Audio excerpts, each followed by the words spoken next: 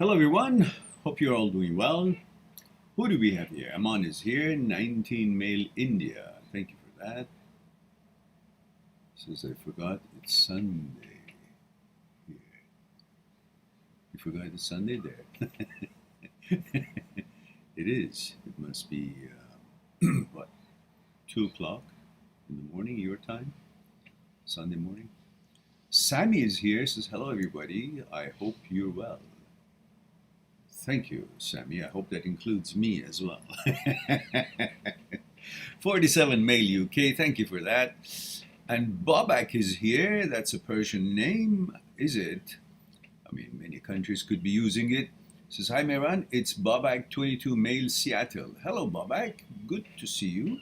Rather good to see you writing. And Sharmila says, hi, sir. Guys and girls, what happened to the protocol? Everybody says hi, but I want to know gender, age, and where you're tuning in from. So Sharmila says, hi sir, I am Sharmila, 20 from Malaysia. Hello Sharmila. Sharmila, I suspect you're a lady, young lady, but I don't know the names in different countries and languages. So while I have a feeling that Sharmila is lady's name, because your thumbnail, as small as it is, I can see a long hair, and usually long hair is for ladies. So I just don't want to leave it to guesses. So please do me a favor and let me know the little protocol that we have here. And she's Anand says, hi Mehran, 17 male, from where? Missing a point. No soup for you. I'm going to go to the next until you complete that. Gender, age, where you're tuning in from. Is that so hard? And Aman says, have you saw the email I sent you? I said, yes, I did. And I responded, Aman.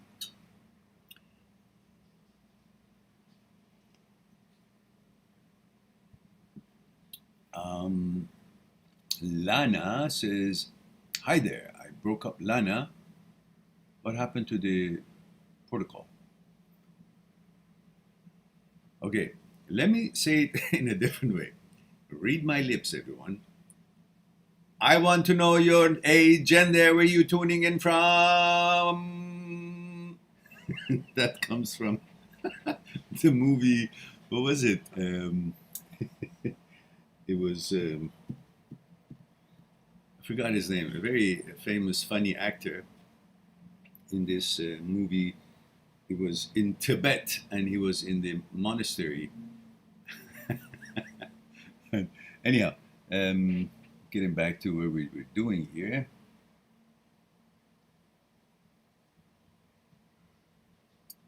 Sharmila says, yes, I'm a young girl. Okay, good. And 20, okay. Aman says, I haven't found your email. That's all right. Well, it's probably lost in your junk mail. In the email, I said you can plug your book here on the live stream, but I won't be able to be, complying to the other thing that you were asking for. But you are welcome to, write a note here or whatever you want to do to promote what it is that you want to invite people to read your writing. And that would be fine. Olga says, oh, hello, Mehran. How are you? Hello, dear Olga. How are you? How are your days? How are things going? And now I got to remember what you talked about.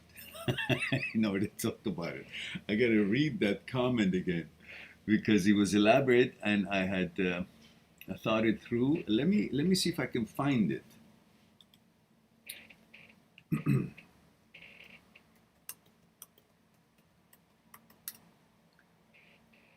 Okay. Let's go to see where the comments were. Olga, did you email me or did you comment? I think you emailed me. All right.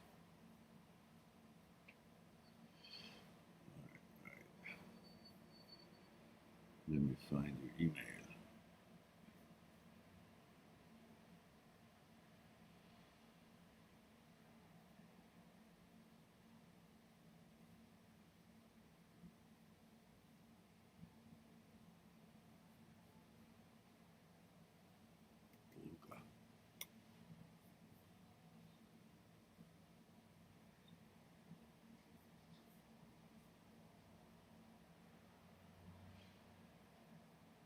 May 12th. Yeah, that must be it.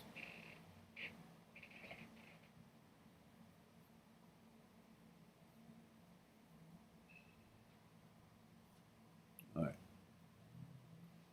So it was about photography and a missed shot. That is haunting me. Yes, yes. All right. I'm going to start with Olga. And I'm going to read some of it here. Just let me catch up with it. Okay.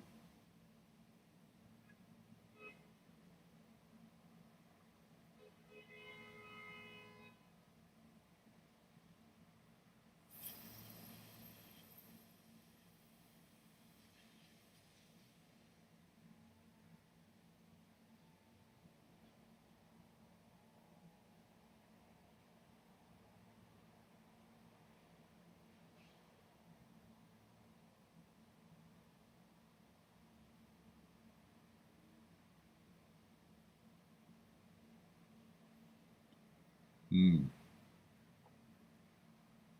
All right. Without having to spend too much time to read it carefully again, I kind of remember what I wanted to say, part of it at least. So,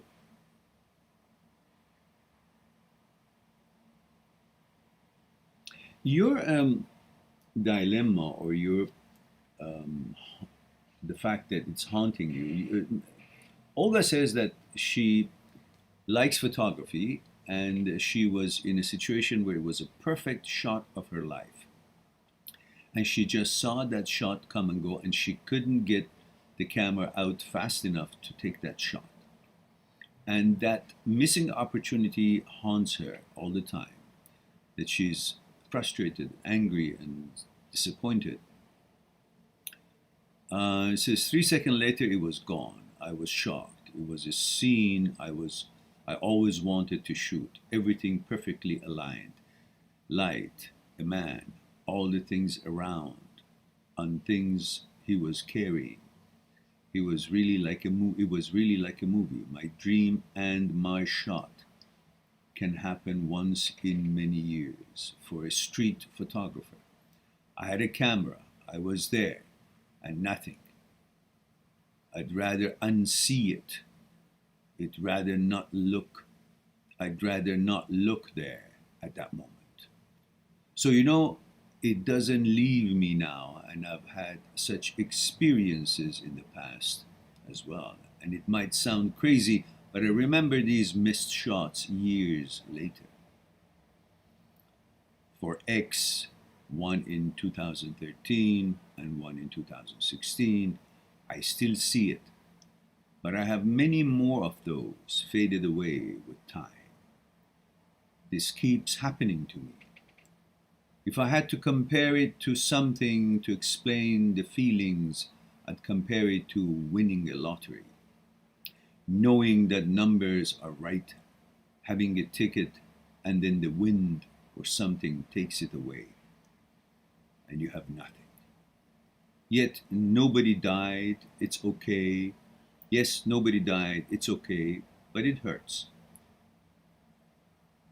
You can buy a new one, that but what are the chances of winning again? Well, in my case, I have many chances of finding beautiful shots again, but never like this. It's gone. Like luck constantly teasing me. Never on my side, huh?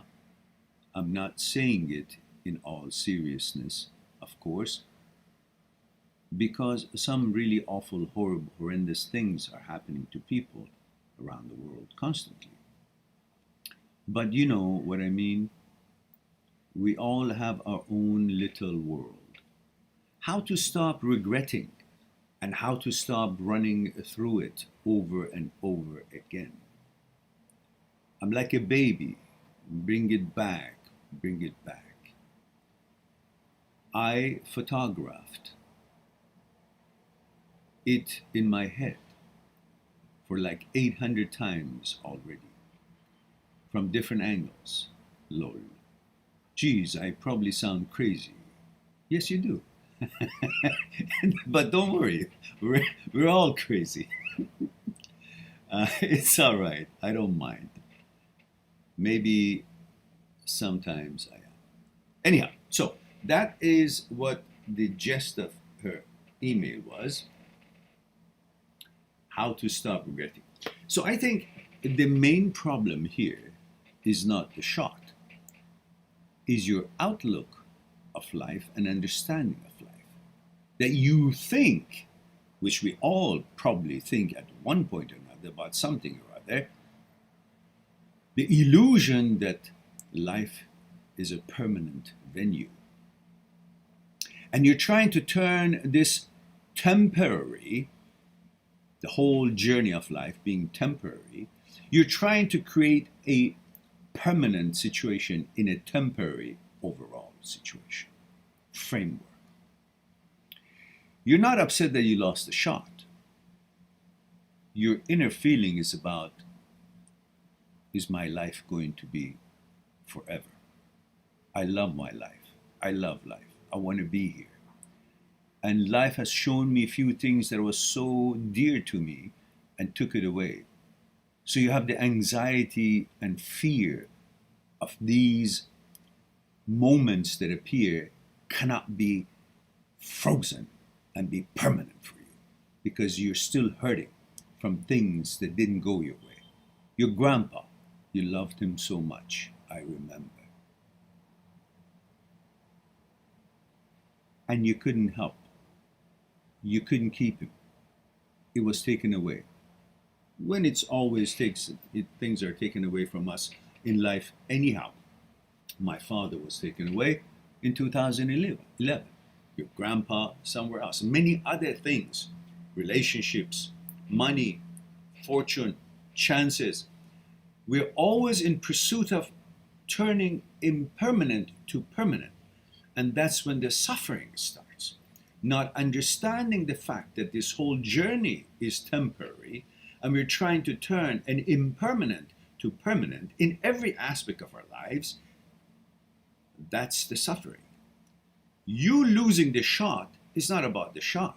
It's about one more thing. I couldn't turn it into permanent and harness it for me. What kind of a certainty this life is offering me? That is your question. The answer is none. There is no certainty. You need to learn to live in an uncertain world and bring certain moments that you can create that. It is a certainty at this moment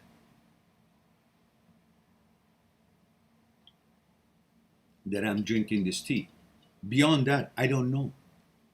And I'm okay with that. Why? Because every moment I'm going to try my best. Next time I'm going to try to get the camera out faster. Next time I'm going to have the camera hanging on my neck. I'm not going to have it in my camera bag, if that makes a difference. Next time in the relationship, I'm not going to think that she is all there is to be, and therefore if she leaves me, the whole life of me has gone. No, I will not make her to be my whole entirety of experience of this life. I will give her the credits that she's due, but that's all, to the limit that she's deserving. So I'm not going to make one thing to be the entirety of my whole life. So if I do that, and if I lose it, or if it doesn't work, then I think I've lost the entirety of my life, which is not true. Life has got lots of things about it that makes it to be that whole journey of yours. So if you make one thing to be the entirety, whether it's a photograph, shooting a photograph, a situation, or your relationship, or your money, or your car, or whatever it is, then if that doesn't work, you think the whole life is just gone to hell. Don't give one thing everything that you got, unless it's your children. That's a different thing. So I think you need to seek your response or your pondering in the idea that you're trying to turn impermanent to permanent. You are looking for certainty. You're looking for assurance. You're trying to capture and freeze your life in its entirety in certain things, which you need to balance it out and understand the whole thing. As temporary as they create these a bigger temporary or sort of permanent, so to speak, life journey that we have. Not one thing. So losing one thing doesn't change anything. You're still in this journey, you're still in the race, you're still having the opportunity to enjoy everything and create everything that you want to create and enjoy. Nothing has gone bad just because you lost an opportunity. Just so the same way that when we lose one of the most important parts of our life, my father, your grandfather, someone's husband, someone's wife, someone's child, someone's parents, life still goes on. And we still hang on to life. If something so important we can deal with, we can bloody hell deal with a missing shot. Because that missing shot is not representation of your life. That missing shot does not represent that your life has been missed, that you've lost the important thing in your life. That missing shot is part of creating your whole life as it must be. If it wasn't the missing shot, your life wouldn't be having the compass, the complete picture.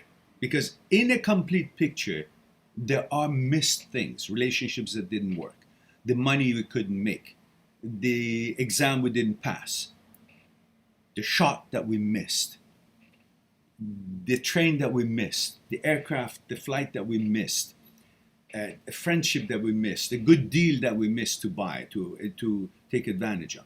All these missing things are not negative. It's part of the whole experience of your life. It's part of the whole canvas that your life is drawn on, is painted on. That missing shot is the memory that is part of creating this whole canvas of your life. Don't think that everything has to go your way in order to create that complete picture of your life. Complete picture of our life is partly about the things that were not included in it. And often those things that were not included in it and we really, really wanted it is the better choice for us. I'm not saying missing the shot is great, but I'm saying don't think that missing a shot means missing part of your life. That missing a shot actually fills in to complete the picture of life. Yes, I was there, I saw it, and I missed it. That's the story of it. There would be no story. I took this shot. Look how beautiful. Okay, great. That's another story.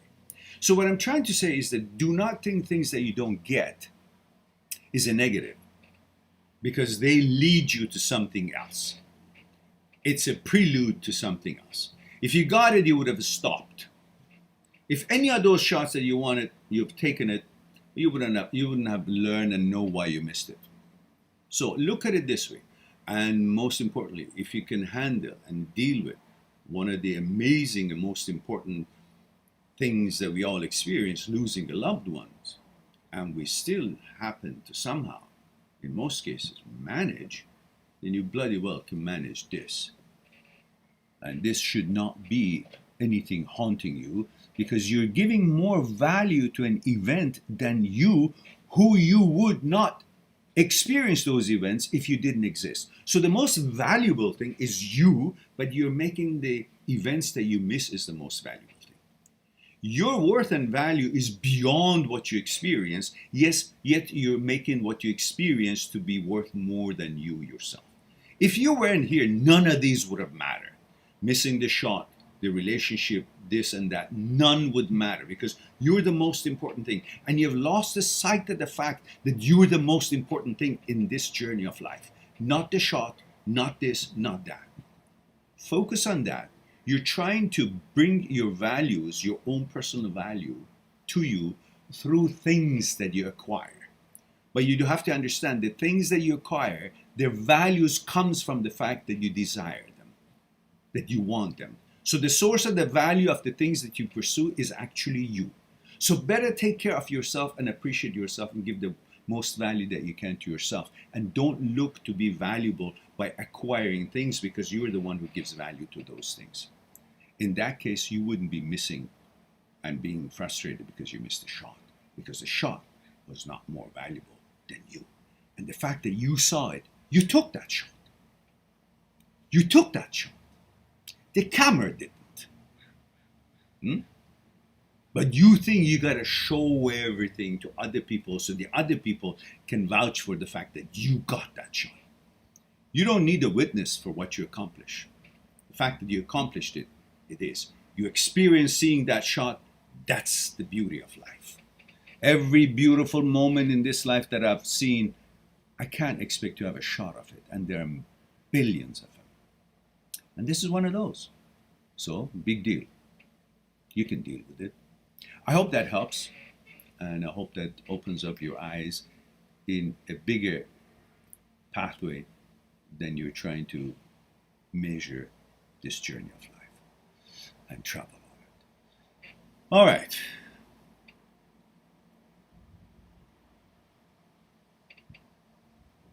Let's see what we have here. We have a super chat. Ed Clark says, good explanation about trying to turn impermanent to permanent. Oh, you're welcome. You're welcome. So, Ed, is that, oh, you don't have a question? Well, Ed helped the channel with £10, and we appreciate that. We have, let's see who we have here. Maliha is here. My goodness, where have you been? It says, good to see you, dear Mehran. Hope you are fine. Thank you very much, Maliha. Good to see you, dear. And hope everything is good with you as well. Kishitji or Kishitij says, my ex doesn't give me any confirmation about us getting together, but she gets jealous when she sees me with other girls and then complains about it to me. What should I do? Well, tell her it's exactly what you said. So listen, if you want me to be committed, show me commitment. Why should I be committed to someone who plays games with me? Not interested in that. I'm looking for a strong foundation, and you don't seem to care. So if you're looking for somebody else, well, might as well we can separate. Go. But if you're interested as I am, well, then show me commitment, because I'm trying to show you that. If you don't, well, then what do you want me to do? Hang around until you say, okay, I want to go, I want to leave, or hang around until you come to your, decision? How long? I want to live. So, show me commitment, I'll show you commitment. Don't show me commitment, I can't show you commitment. Why would I? What's my motivation? And Verma says, I still love her and I just can't ignore her all the time because we have the same college group. We have to interact on a daily basis. What can I do to get out of this? Well, just simply solve it in your own head that she's not qualified, because if she was, she would have been all over you. She would have been paying the attention that you think you deserve in this relationship. If she's not, then you bring it up. If she doesn't explain it properly, what she expects, what's missing, what the problem is, then you walk away. Just because she's in your class and you were together or you have some kind of affinity toward each other doesn't mean it should stay that way. So what? You saw, you met, you talked, you didn't connect, or you connect, or then later on you didn't connect, you move on. Again, you're trying to turn an impermanent to permanent, and that's where the suffering starts. And NIFX1 says, hello, Mehran. I think that my HOCD is slowly fading away, but weird feeling about being gay still remains. Well, that is because you are trying to look for certainty and you're happy with the way things are, and suddenly you say, oh, I'm happy. What if the happiness goes away? And then you start having anxiety because you're looking for certainty. I'm saying you are who you are. That'll never change. Stop looking for proof for it and assurance for it and just live your life. Nothing can change you. This sucker here is crazy. We got a machine that can go crazy, has gone crazy, goes crazy every day on everybody's brains, on everybody in one way or another. If you understand this, then you would not be so hot and bothered about how can I prove that this. No, there is a crazy thing in here that makes weird thoughts. Understand weird thoughts, things that are outrageous to you, not in line with your values, is part of a malfunction of this brain. Part of the function of this brain is malfunctioning. But when it does malfunction, you're not supposed to take it as a proper function. You got to see it as a malfunction and let it be. But you're trying to fix a malfunction to prove that this is not me. Well, you already know it's malfunctioning. Why? Because your awareness is telling you this is not me. It bothers me. That awareness is you, not the thought or suggestion of the brain. You're thinking you're the brain. So when the brain farts, you think, oh my goodness, I gotta now prove I'm not the fart. The fact that they realize that the brain farted, that tells you that you are separate from the brain. You're above the brain. You're the observer to the brain, not what the brain suggests. It's very simple.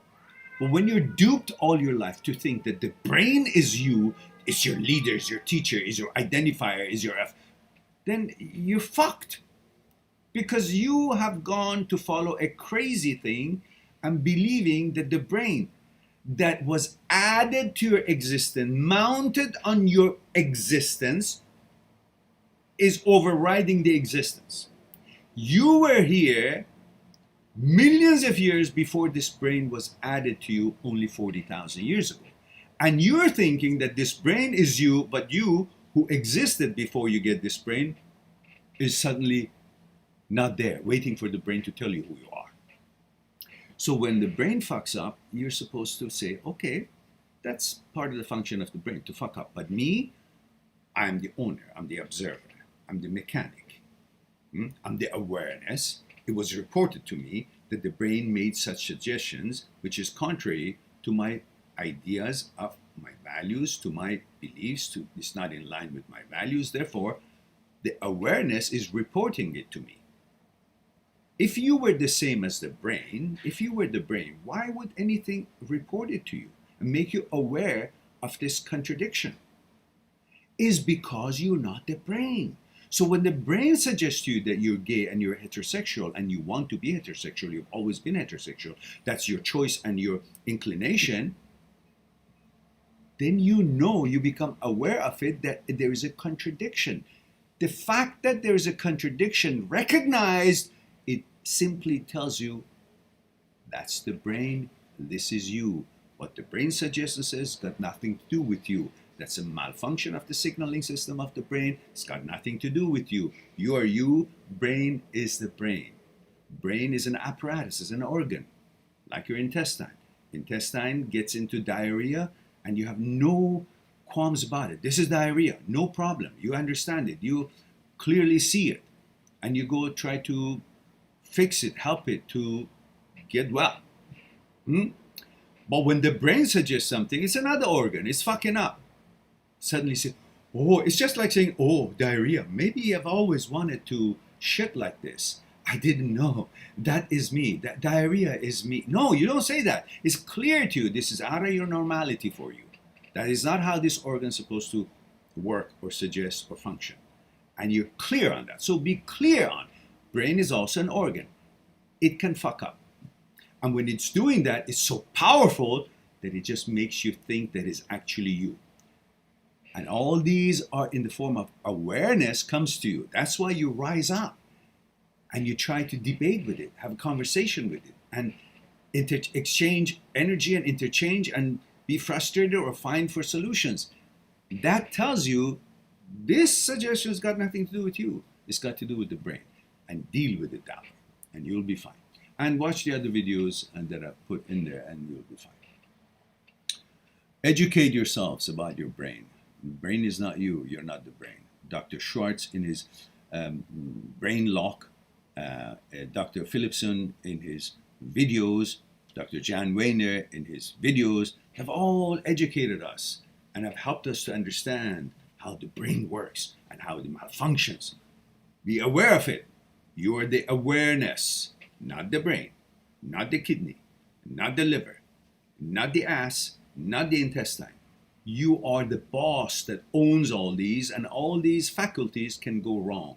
And you're responsible to help them to regain their balance, to be rewired again, and to become as it was designed for you, in your case, to operate.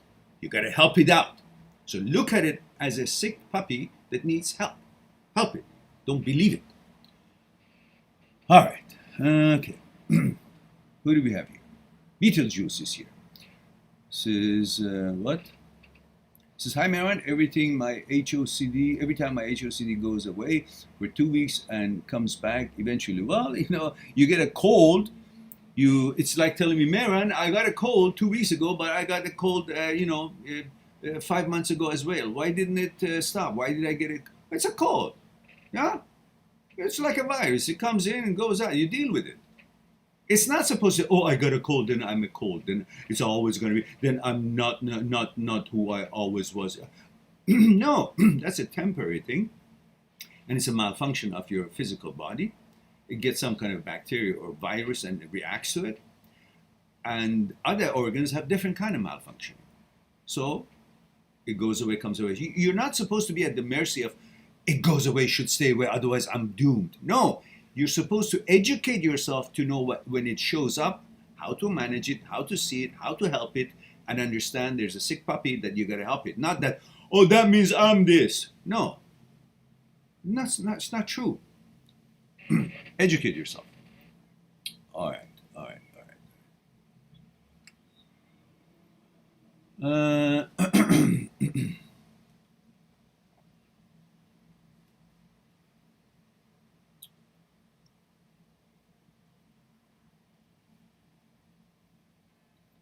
Lana says 21, female, Ukraine.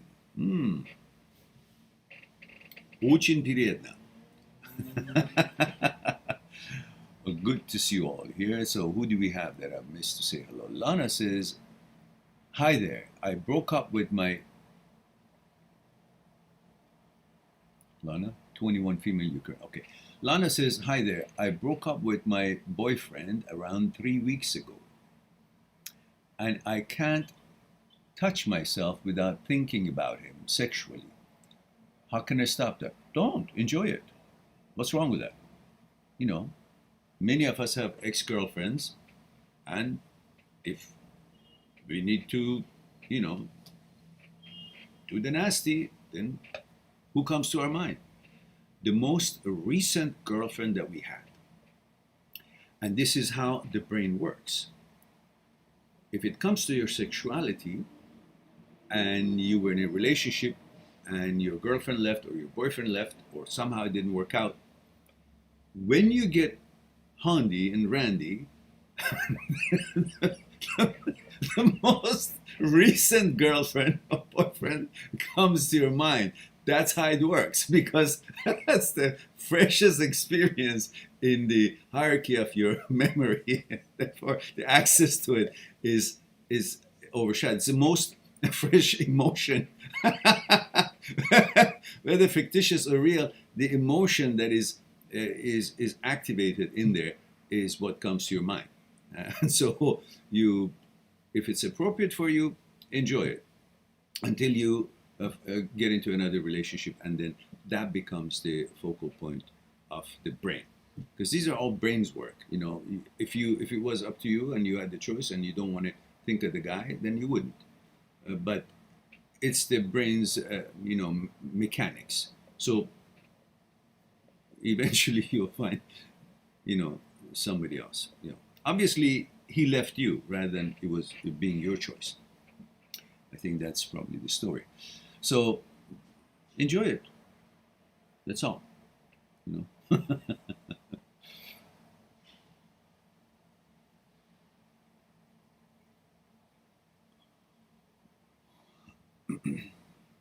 Unless he was abusive and it's a, negative emotion, negative thoughts, and then that's a different story. Perhaps you can make an appointment with your psychotherapist or psychologist who is specializing in these sort of things, reactions of the brain toward the old emotions, echo of an emotion.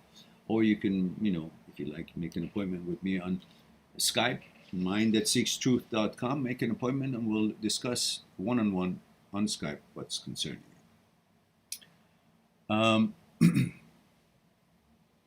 Maliha, female 27 from Pakistan. Oh yes, we did say hello.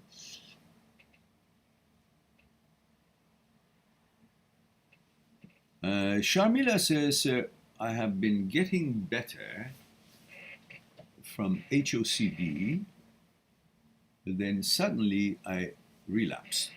Look, it's a mental thing. It's not your doing. The brain is a separate system. It's a separate mechanism. You seem to think that what you used to think should listen to the thoughts that you use it to make. When it's malfunctioning, it doesn't give a shit. It's not an intellect. You're expecting your brain to respond to a directive you send to it by a thought which is made by using its own apparatus to create that thought to give him that direction. But you forget that the brain is only an apparatus, is not an intellect. It cannot understand why, what you want. When it's malfunctioning, it's like a dumb little shithead that doesn't know anything. Only when it's listening to your directives, then it follows your leadership. When it's malfunctioning and it's crowded and clouded and so many statics there, it doesn't follow anything. It's gone rogue on its own. It creates images, suggestions, ideas, and it's got no knowledge of who you are, what you are. And it's got no intellect. You are beyond the brain, and brain is not you. There are aspects of mind, there are aspects of you that the brain cannot reach. That shows that the brain is a separate system. When it malfunctions, still separate system. When it doesn't, it's still separate system. You use it to make thoughts, to advance your life, to use, calculate something, figure out something, produce something, design something, educate yourself about something, accomplish something. It's a tool.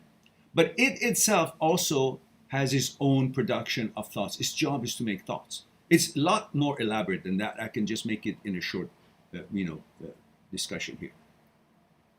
So simply, if you understand it's a separate system, then you would not be bothered by it because it is not your responsibility. You can only lead it and suggest it and help it to rewire itself through the way you train it. You got to retrain. The problem with most of us is that you think the brain you got is already trained, it's going to listen to you. The brain has no knowledge of who you are. If it's functioning balanced, it will do what you say it to do. But if it's not and it's malfunctioning, then it's not going to listen. Why? Because the system that is put together to shut down these intrusive thoughts, OCD, HOCD, and subsets of OCD, if that lever in basal ganglia, in the striatum area, in the midbrain, called caudate nucleus, if it's not functioning properly, it's not going to shut down the intrusive thoughts as they show up randomly. When it doesn't, then you got to retrain the brain, because there is a system that is there set for you that when intrusive thoughts shows up, caudate nucleus, it shuts down the lever based on your values, knows your values, knows your directive, knows what is meaningful to you, knows what is important to you, and knows what is meaningless to you, and knows what is not in line with your values. So when such thoughts show up, it shuts it down. Sends a signal to prefrontal cortex that we're not interested in this kind of suggestions. Shuts it down. But when it doesn't shut down, it's malfunctioning. Malfunctioning is the signaling system of the brain. Then these intrusive thoughts keep coming back. And then you get bamboozled thinking, oh, that means something. No, it doesn't mean anything. It just means that you have a diarrhea in the brain. That's all. So you got to retrain it. Just like how you take care of yourself to get rid of the diarrhea, the malfunction of the intestine, you also got to have a way to manage, understand, and help the brain to rewire itself, retrain itself, because now caudate nucleus, the automatic mechanism to shut down intrusive thoughts is not working well. So it's like an automatic gear shift of a car that is supposed to change gear at a certain speed and gear down at a certain speed. It's not doing it anymore. So you got to grab on to the gear shift and manually put it in, and then until it glitches back into its its design function.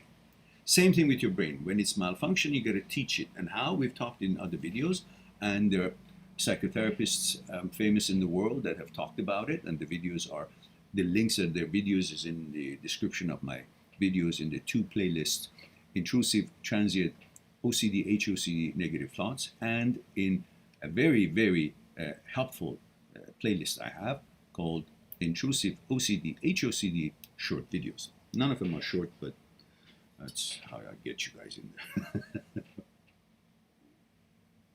I hope this was helpful to you. Sharmila.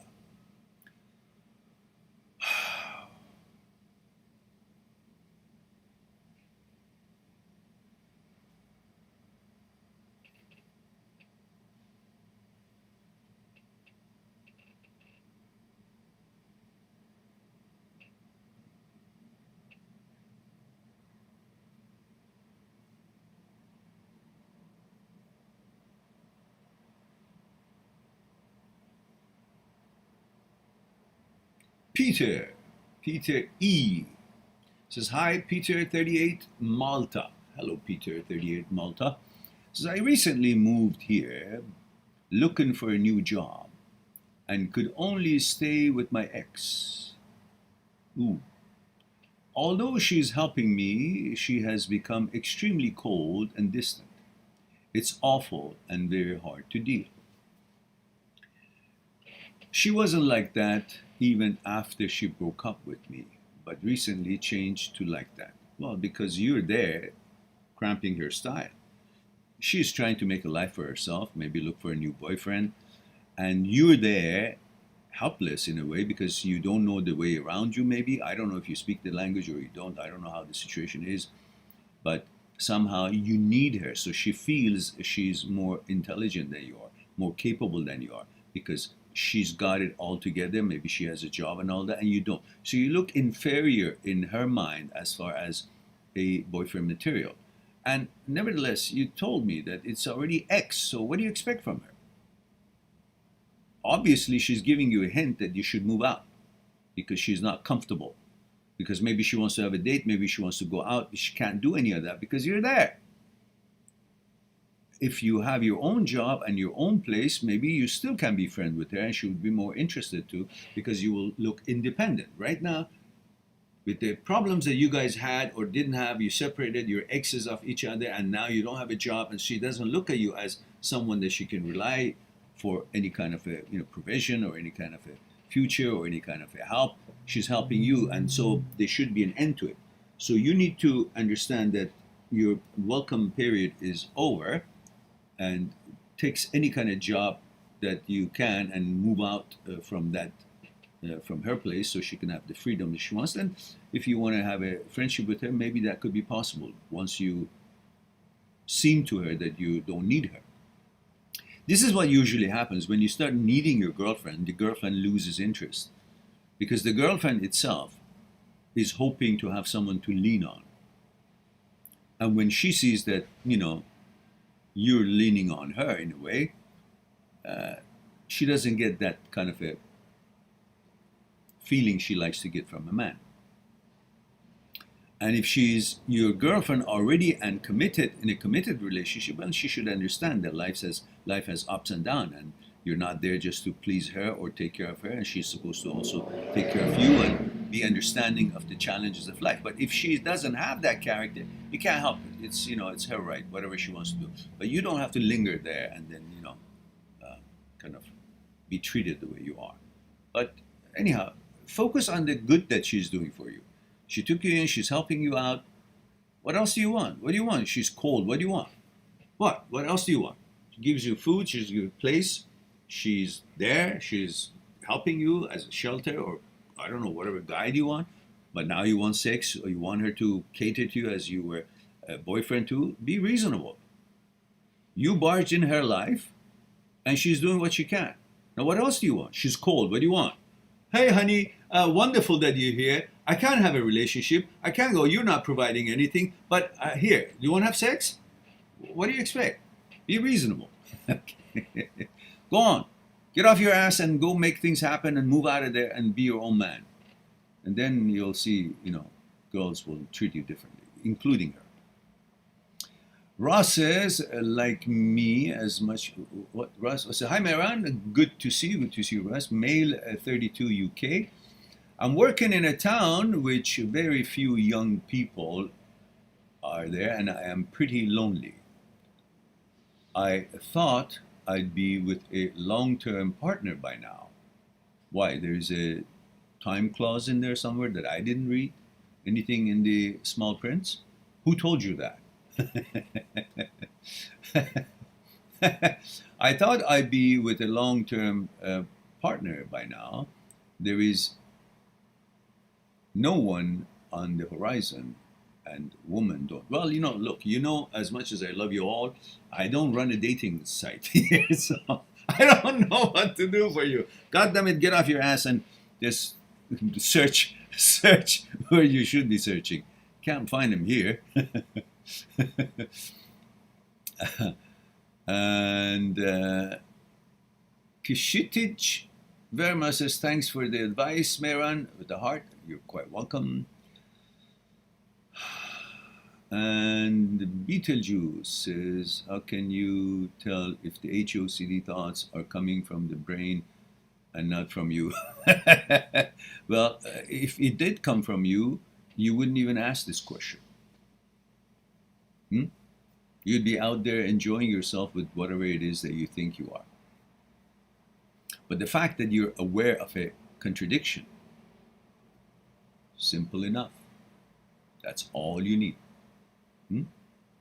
Look, a heterosexual man, or whatever your sexuality is, a person who is of some gender, of one kind or another, let's say heterosexual. If someone comes to you or the brain suggests you're heterosexual, you don't react. Yeah, of course, I love it. That pretty girl, you're like, yeah, sure. But then something contrary, even let's say a girl that you consider really ugly. You're heterosexual and you love women. But a girl that is considered in your mind really ugly, which I don't think any girl is ugly, but let's just for the sake of argument. And the brain says, oh, you like her. So what the fuck? Who said what the fuck? If you were the brain and you agreed and you were in the same system, brain said it. So if the brain is you, brain thinks is that girl is pretty, then you say nothing. But the fact that you say, what? You're objecting to what was suggested. Who's making that objection? Who is making that observation? Who is becoming aware of that contradiction? That's you. The awareness of the contradiction is you. Awareness only comes up when there's a contradiction. If you become aware of a suggestion that is not in line with your values, that's a contradiction. And the contradiction means that's not you. Neither the suggestion is not you, nor the source that is suggesting is not you. Because if it was you, it would not suggest what you're not. Since it is suggesting something contrary to what you are and doesn't give a shit who you are, it just suggests something, that means it doesn't know about you. Means it's not you. Means it's from outside suggesting something that you're not. Very simple. I've got videos on this that I, busted my ass to put it out there, and you lazy bums go and take a look at it. Watch those videos in the playlist called Intrusive OCD, HOCD short videos. That series of videos are very interesting. in my opinion. Of course, I'm biased. So, stop complaining and educate yourself about the separation between brain, you, and thoughts. It's already discussed there.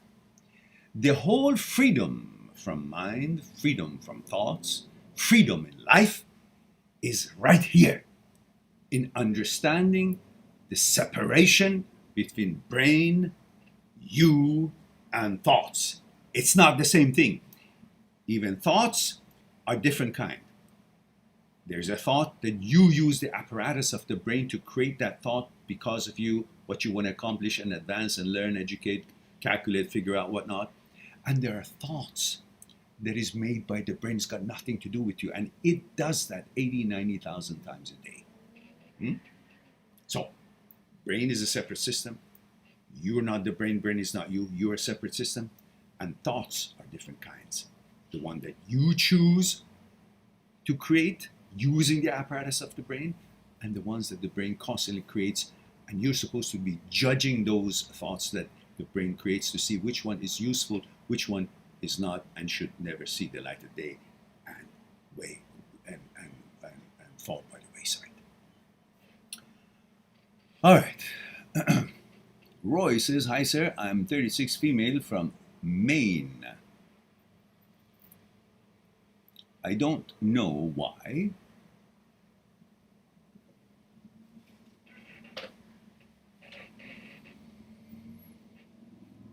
but I think I have OCD about being perfect in life." Yeah, that's exactly why you get OCD, because that's how you are. I'm really scared. Why? Why are you scared? Everything malfunctions, and you got to understand what OCD is, and you'll manage it, and you'll get rid of it, and you will, by education, you'll teach yourself how to rewire yourself. I had OCD of all kinds since childhood, and I never gave it a thought. I dealt with it. I had crazy things I had to do, like line these things up on the table and make sure that's cleaned 100 times. I remember it was a party at when I was much younger, and I volunteered to wash the dishes after the party. It could have been done in half an hour. I think it took me 2 hours. I really washed those things.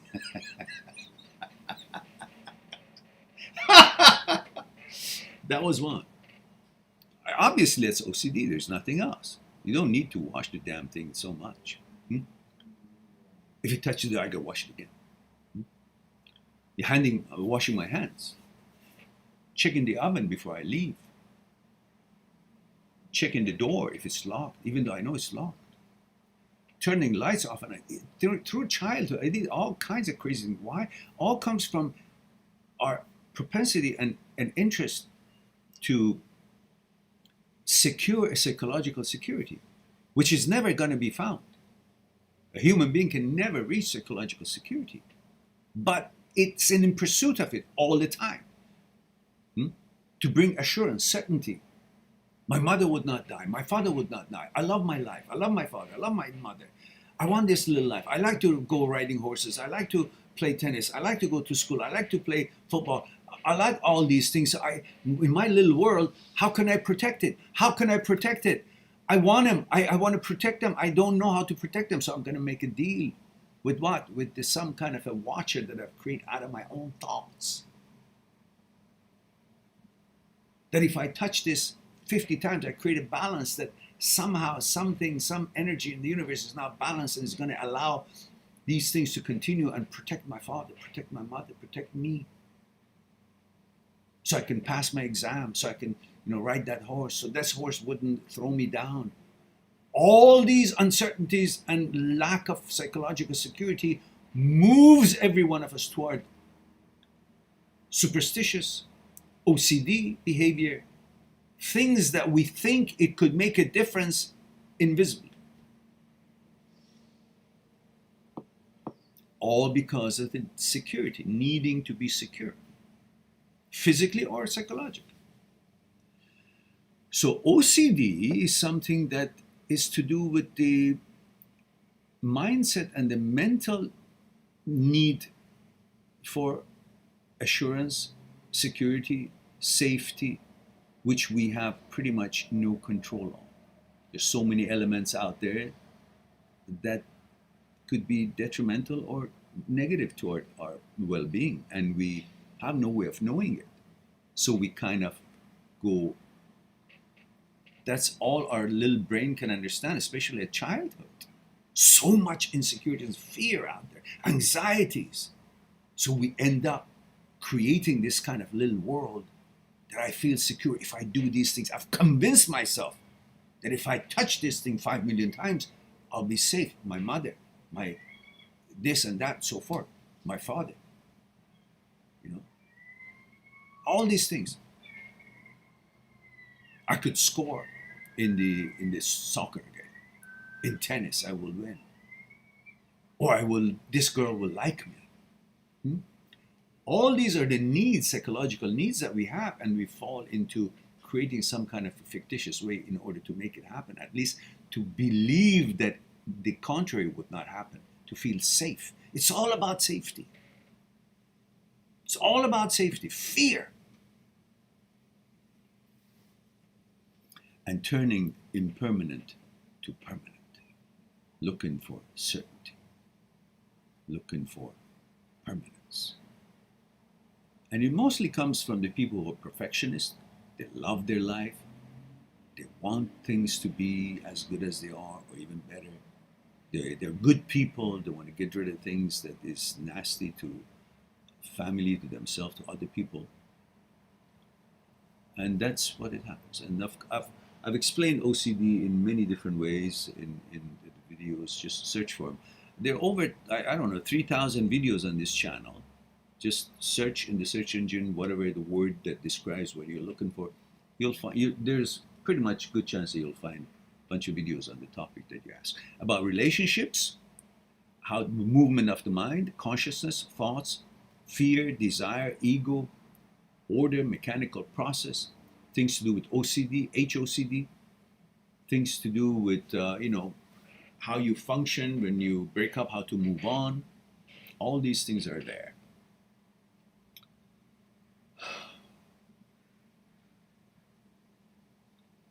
Sunshine says, hello, Miran. Hello, Sunshine. Male UK 25. Welcome. We need sunshine. Says, I've been a therapist.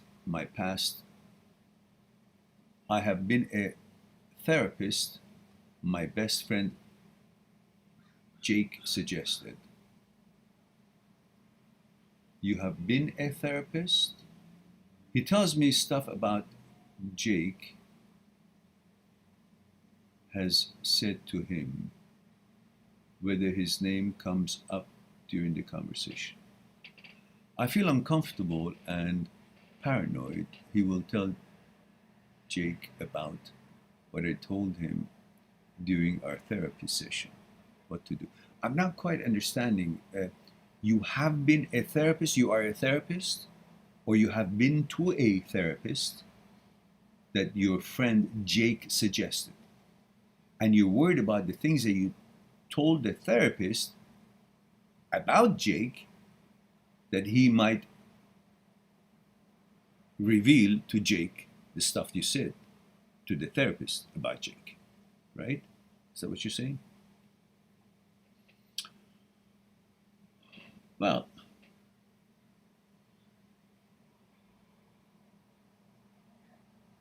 if it's a professional therapist,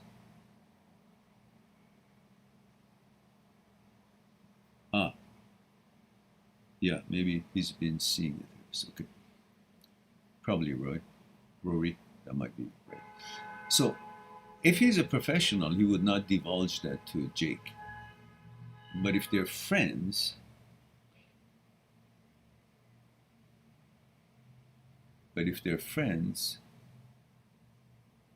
oh, okay, Rory, I'll get back to it. I must have missed the rest of it. I'll get back to it. Let me deal with this one now. If they're friends, yeah, you could have chosen a different therapist, But if she or he is a real therapist, I don't think they would divulge that information at all. It's part of their code, you know. So um, let's go back to Rory's, and Rory says I'm really scared how my friends and other people will think of me if they find out. Okay, let me read that question again. It says, hi sir, I'm 36, female from Maine. I don't know why, but I think I have OCD about being perfect in life. I'm really scared how my friends and other people will think of me if they find out some stuff that I am not proud of, like shameful past. Scared it will come back to surface and live in fear. Overthinking the worst case scenarios. Any advice would be appreciated. Thank you, sir. Okay, look, Rory, first of all, you feel that you're perfectionist now. When you did whatever it is that you call shameful, you didn't have these friends or you didn't think you were perfect and you did what you did, but you learned from it. That's why you feel you're perfect, because you've learned from the mistakes and learned from the values that are no longer hold any place in your value system. So if something like that comes up and the friend says, hey, you know, you act so perfect, that's probably what you're worried about. You act so perfect, you everything about you is so this and that, you think of yourself so much, but this is what you did then, didn't you? And you say, well, that's why all those mistakes have helped me to recognize what things I'm not interested in, what things I shouldn't be doing, and then I've modified it to the point that I'm very satisfied. And therefore that motivates me to be better than what I used to be. And therefore I'm at the point that I feel I should reach further out and be as perfect as I can be. So what you see is because of all that. And nobody is perfect until they become perfect, and we never become perfect. We just pursue that path, and as close as we can get to it. That's as best as we can do. So you think I'm perfect, or you think I think I'm perfect? Well, I'm not, but I'm trying to be as best as I can be. And if that means certain mistakes that I've made in the past has been a guiding light to make modifications to what is most suitable and in line with my values, well, so be it. That's how we learn.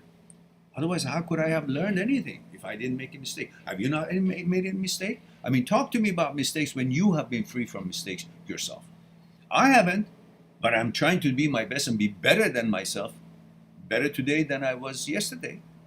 And I don't think you're being fair if you think that you can judge me that way by trying to be the best I can be and pointing out that I've made mistakes in the past when you yourself, I'm sure, like everybody else in the world, normal people make mistakes. So what's there to be afraid of, Rory? What the heck? And anyhow, who gives a fuck about what other people think about you? You're the only one who's supposed to be satisfied or not.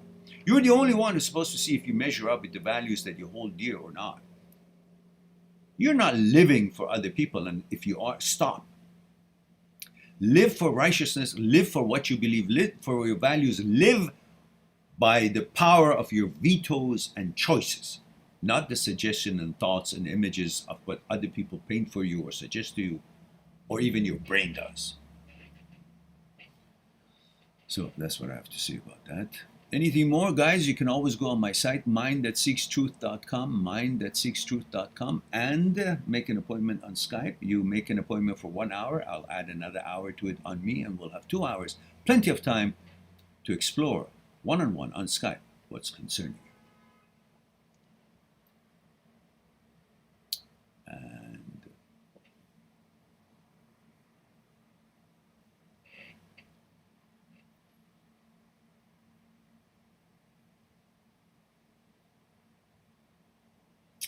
Sharmila says, sir, can you please explain why we get fear of something or anxiety? I did watch your video on it. but I still can't fully understand fear and anxiety.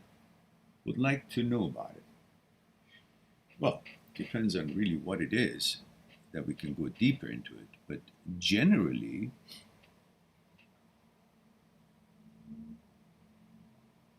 you're looking for psychological security, you're looking for security, you're looking for permanence, you're looking for certainty, and anything that could threaten the possibility of that environment, that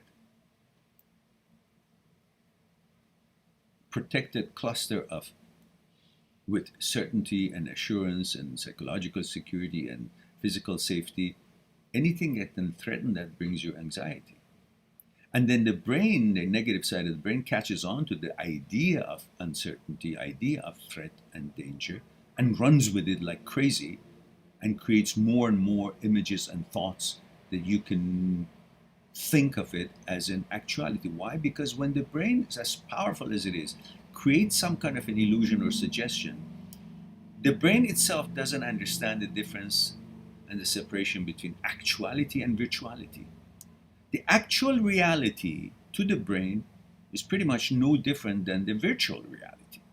That's why when you put one of these Sony virtual goggles and it looks like you're just about to fall from a cliff, you go nuts and you think you actually fell, and you actually could have a real severe and frightening reaction to it, because the brain cannot tell the difference between actual reality or virtual reality. So the anxiety is because the brain takes that illusion or suggestion or an idea or an image as actual. It's designed to protect you. So whatever it sees, it believes. There's no joke about it for it. So it runs to protect you, and how? By creating anxiety and fear so you can protect yourself, to stay away from it, be aware of it, run, have your fight or flight or freeze, systems go on alert. So when anxiety and fear show themselves, whether through some image, suggestion, or thought, or an emotion of the past, the anxiety comes in because you are affected by the emotion of the past or certain scenario, because you expect to act, you expect to do something, you're expected to do something. When a thought, an emotion shows up, the reason anxiety comes up is because you expect yourself to react. For that reaction, you need adrenaline, you need anxiousness, you need to mobilize one of the systems, sympathetic nervous system, which is about fight and flight and all that, or parasympathetic, which is calmness, to sleep and eat system. One of the two. And if you believe the emotion of the past, or the thought or the images that creates that kind of a necessity for an action to protect yourself, well, that's why the anxiety comes up for you, to mobilize that ability to do something about it. When you convince yourself that I don't have to do anything about it, the anxiety goes away. And how do you do that? Many different ways. One simple way is to do a double breath.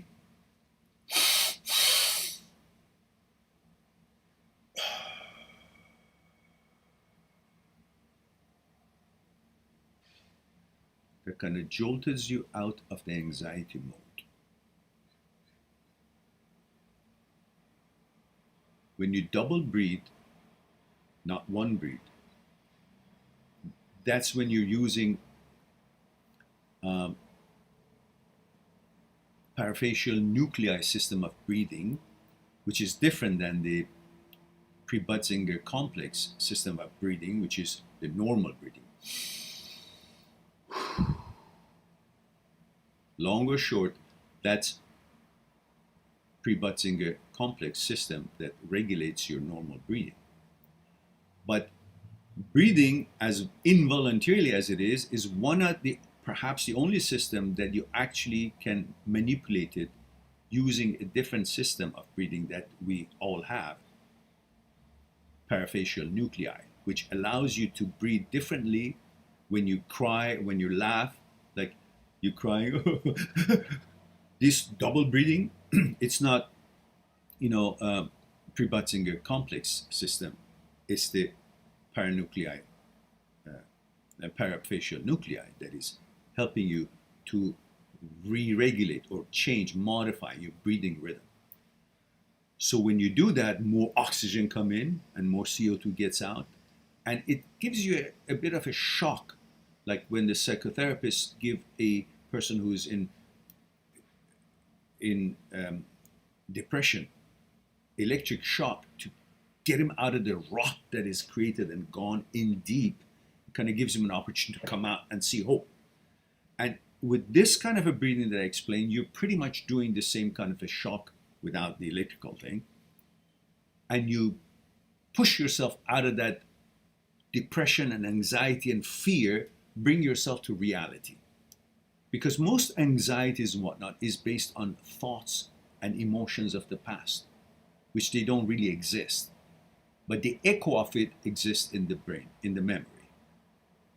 And when you think of it, the brain doesn't understand when it happened. Sees it, remembers it, the emotional file with that picture or that event, memory of that event comes up with it, and you react to the emotion that no longer exists. So what you need to do, you need to bring yourself from out of the memory to the present moment. How? By giving a jolt. What is that jolt?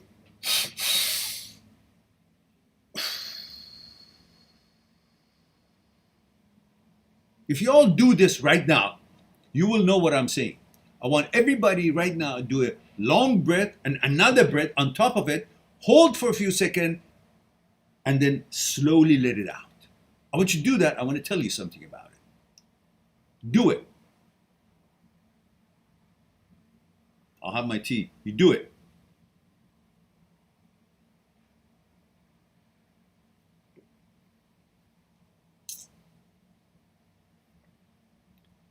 If you notice, when you did it, there was nothing in your mind. There was no thoughts. You were not thinking about whatever in the past, whatever else. You were just getting into the present moment with what was happening, which was your breathing. And you were actually being transferred from wherever time and space you were into the present moment. When you do that, the anxiety, the brain recognizes that there are no threats. It's out of that, by that shock, it's out of that glitch that thought there is a threat. The other thing that you can do is simple things. Have a gum. Just chewing gum. Because when you have a chewing gum or eat something, when you do that, the brain recognizes, oh, there must be no threat. Because if there was a threat, this person would have been running or fighting, wouldn't be relaxed. But he's creating saliva, which means he's eating. He wouldn't be eating if there was a danger around.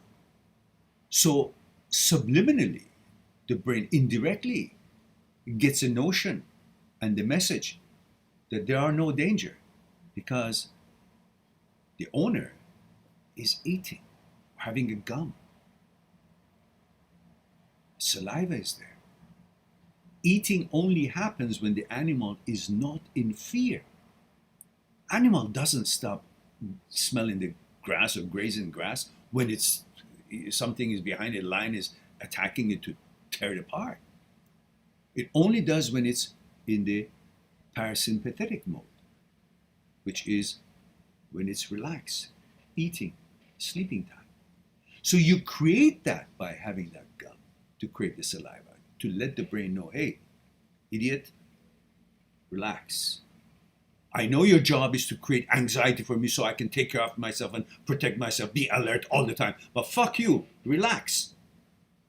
I want to be relaxed. You're paranoid. Nothing's happening. But he's trying to protect you. That's his job.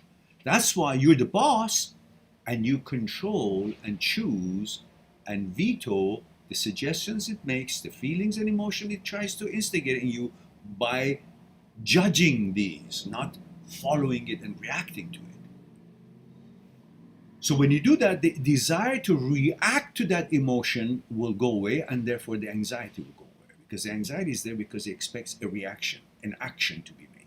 When you take that action away by showing it is unnecessary, I don't need to make any action, things change. There are aspects of your brain, there are aspects of your mind and you that the brain cannot reach.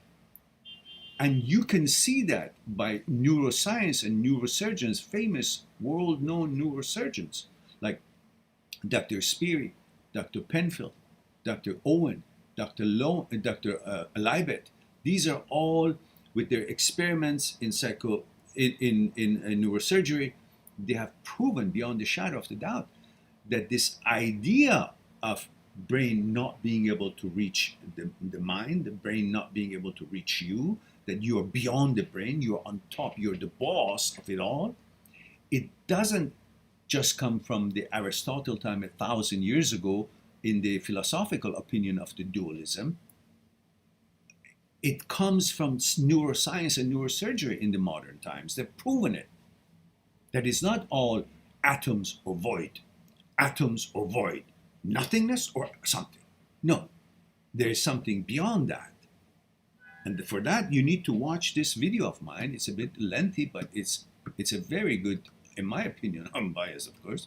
It's a very good video. It's called Are You or the Brain is the You?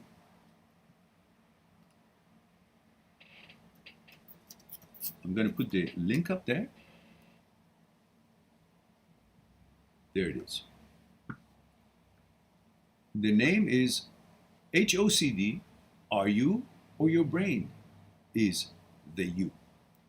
So I want you to watch this and educate yourself about these things, and you will be a different person by understanding the limitations and malfunctions and the character and behavior of the brain. All right. Sharmila says, thank you, sir, for the explanation. You're the best with the heart. I will watch the video you recommend. Thank you. I appreciate that. All right. You're welcome. And we have Beetlejuice says,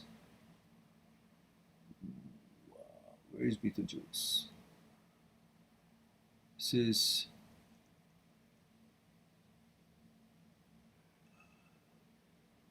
okay, I talked about that, your question anyhow. All right.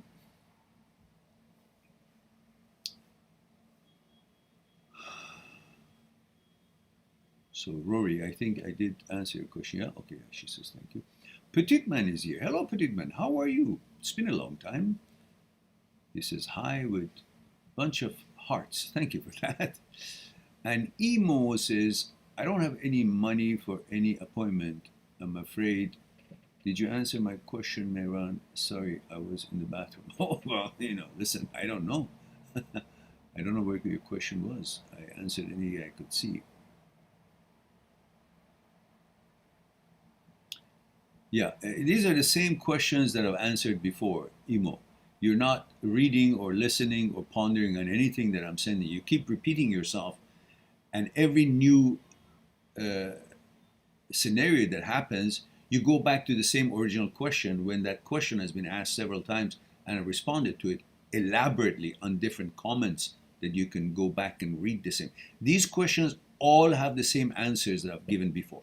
So please go read those. And don't waste your time by constantly trying to get assurance and certainty about every new thought that shows up, which is exactly the same thoughts as before and the same type of thoughts. So the roots of it is the same. You don't need to have same question asked for different scenarios and have a same answer to be given, or thinking that there would be a different answer. What you're doing, you're just constantly looking for assurance. And I'm trying to ask you, stop looking for any assurance, any explanation, any interpretation. Just be who you are and live by the power of your vetoes and choices. It doesn't matter what the brain suggests.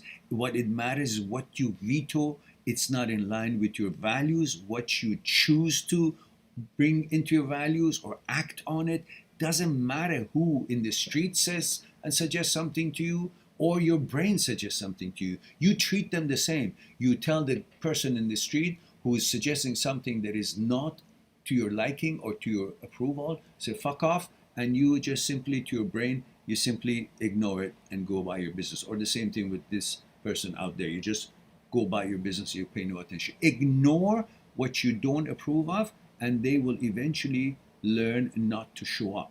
That's pretty much it.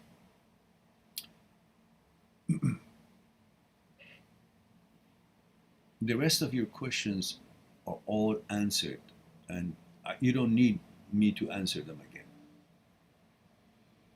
Or just watch the videos, because your questions is not one or two. It's constantly the same.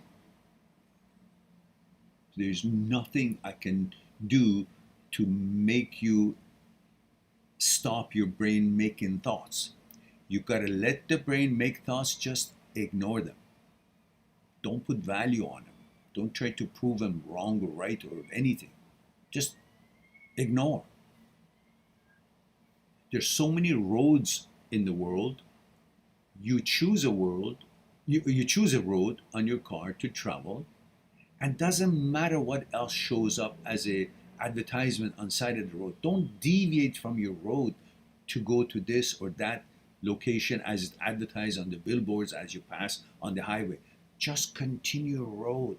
See them, ignore them, go. See them, ignore them. If every time you see one exit introducing some kind of a business or some kind of an idea, some kind of a farm or some kind of a thingy to pursue that road, you'll never go to any destination. You never have a direction, because you're constantly listening to what's being suggested.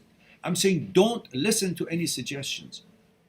Listen to your values, to your veto, your preferences, and your choices. That's all. That takes care of anything and anybody who suggests anything. You have your mandate. You staying on course that you prefer, in line with your values. You're not changing back and forth to this or that or whatnot because somebody said it. Now I got to prove them that they're wrong. And if I can't prove them, then they must be right. No. Ignore.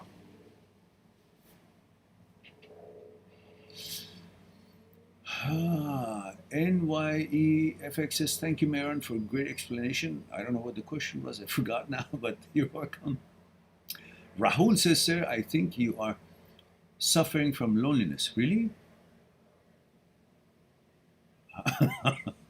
How do you come up with that observation, Rahul? All right. Let's move on to Ed Lear. Says, Ed, New York, 41. Hello, Ed. Says, can't believe I was blind for all these years I spent with my ex-wife, not knowing that she was only benefiting of all my blessings of being a loyal man. Now she's doing it to the other man. All right? And that's not your problem anymore, is it? That's what you should be focusing on, not what she's doing. You should be focusing on the fact that you got out of it, that she can't subject you to that behavior that was not expected or deserving you. So therefore, all good. Ed.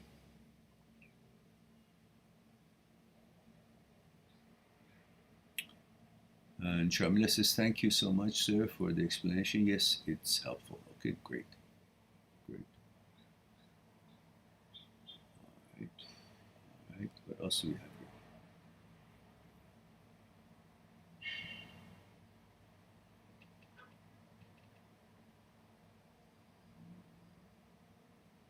Sunshine says, yes, my therapist is a professional therapist, but since he told me about my friend who is using the same therapist, I'm assuming maybe he did the same to my friend. and told about me during his therapy session. Well, ask him. Ask your therapist, did you say anything about what I said to him? And if you did, please don't, because I trust you when I come here. I don't want, if I wanted to let him know, I would tell him myself. Oh, he says, how do I ask the therapist if he told my friend about my, well, I just gave you the answer, my secrets. That's the hard thing. No, it's not a hard thing about life. It's your right. You say, sir, I just want to make sure that these things that we're talking about is in private and confidential. I don't want my friend to know about these things. And I don't want anybody else to know about this. That's why I'm here. You're a professional and I trust you. And they're bound by that. They can't divulge the information they hear. So you ask him nicely, gently, but you ask him direct. It says, even if someone lies and tells you they didn't, you have no choice, but you believe, no, well, you can think of that, but at least if you have told him, then you know that he won't be doing it because he's going to be held liable for that. I don't know where you are living. There must be some laws according to professionalism and holding them responsible for their conduct as not divulging any information of any therapy to somebody else. Just to make sure that you've told that, you can just request that, make sure.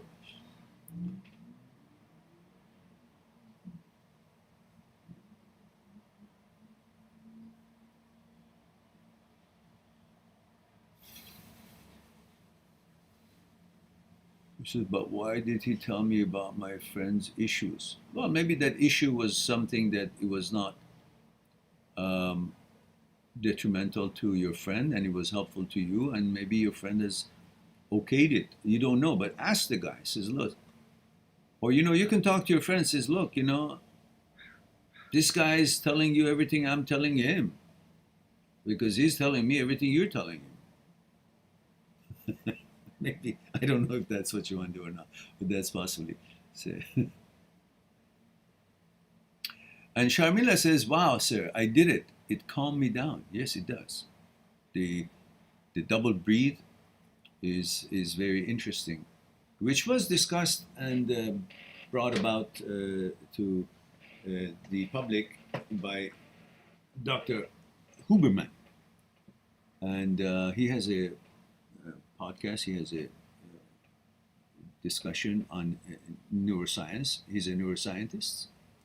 And there are other benefits of doing things, mindful exercises, and that is a mindful exercise because your whole attention is to that and nothing else. And that's why your brain, your mind, escapes from the traps of the brain and comes to present moment, and you're not distracted. And there are meditation that you can learn and do, and I have meditation that I've done, a guided meditation on live streams that we have it right here. If you just key in meditate on the search engine of my channel, you will have a bunch of meditation videos that you can follow and do meditation with my explanation in there. And then there's Wim Hof breathing, which is very interesting as well. I do Wim Hof. I enjoy it. I just did one before our session here. So see what's physically doable for you, what's healthy for you. If you want to talk to your doctor before you do any of these exercises, ask your doctor and ask for your clean bill of health for doing such exercises. Like any other exercise that you do, you got to check with your doctor first. And so once you do that, then you'll begin to see the benefits of it as well.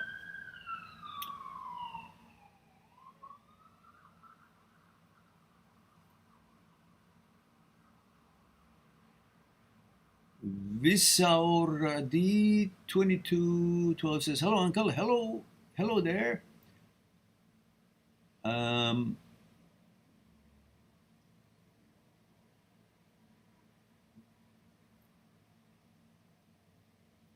Emo, I just explained that question. I guess maybe you asked it. I'm reading it after I've explained it. So anyhow, if you don't have anxiety, how do you recover? If you don't have anxiety, how do you recover from what? If you don't have anxiety, what do you want to recover from? Emo, what's wrong with you today? Atif is here. Atif says, hi, Mehran, 38, male, New York City. Hello, Atif.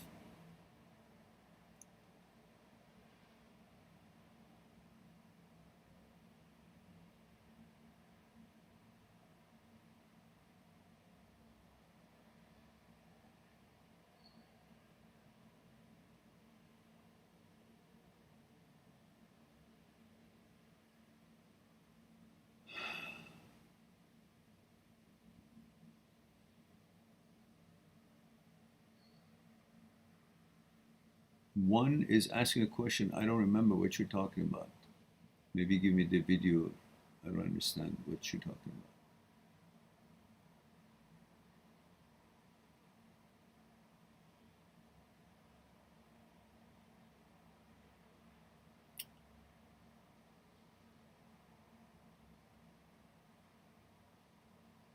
Sharmila, I've answered the questions that I think needed answer. The rest of them are not necessarily something I want to discuss here, so I gotta get to the next questions. Maliha says, my question is still waiting for me. Oh, Maliha, dear, where is it? Where's your question? Let me look at it. Maliha. Oh, Olga also on the way says, Mehran, I can write many things, but I'll just say thank you for this amazing, insightful answer. You're quite welcome, my dear Olga. My pleasure. My pleasure.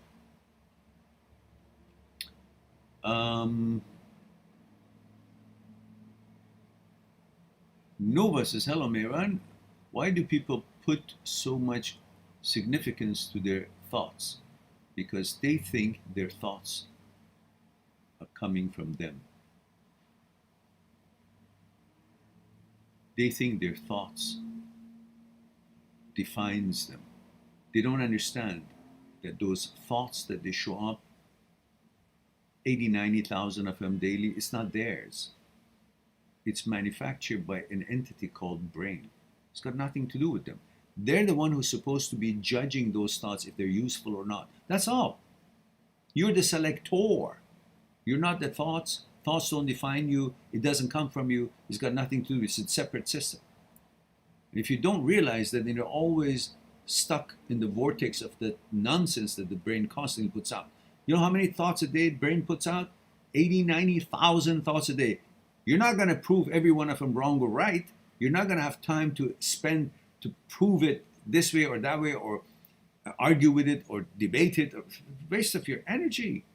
They're supposed to be like a bazaar of products that you go in there and you pass by many hundreds of them and you pick the one that you think is useful to you and then ignore the rest of it and you get out of the bazaar.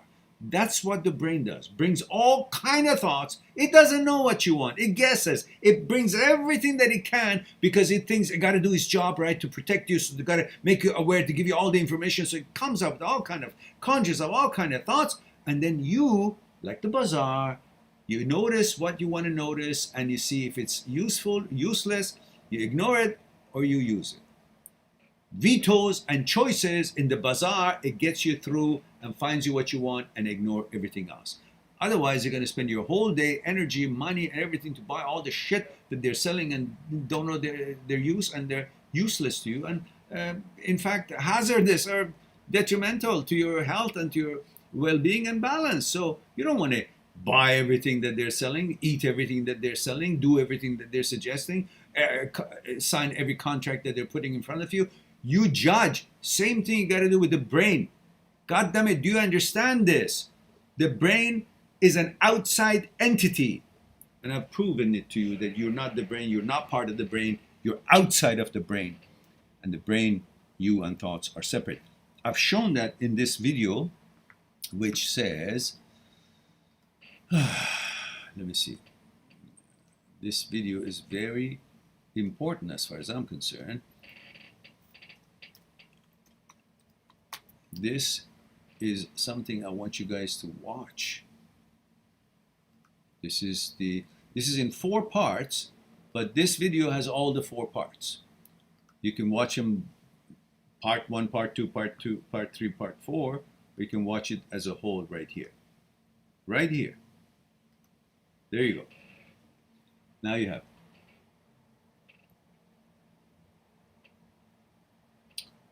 All right, let's go. I was looking for Maliha's, which I saw the things.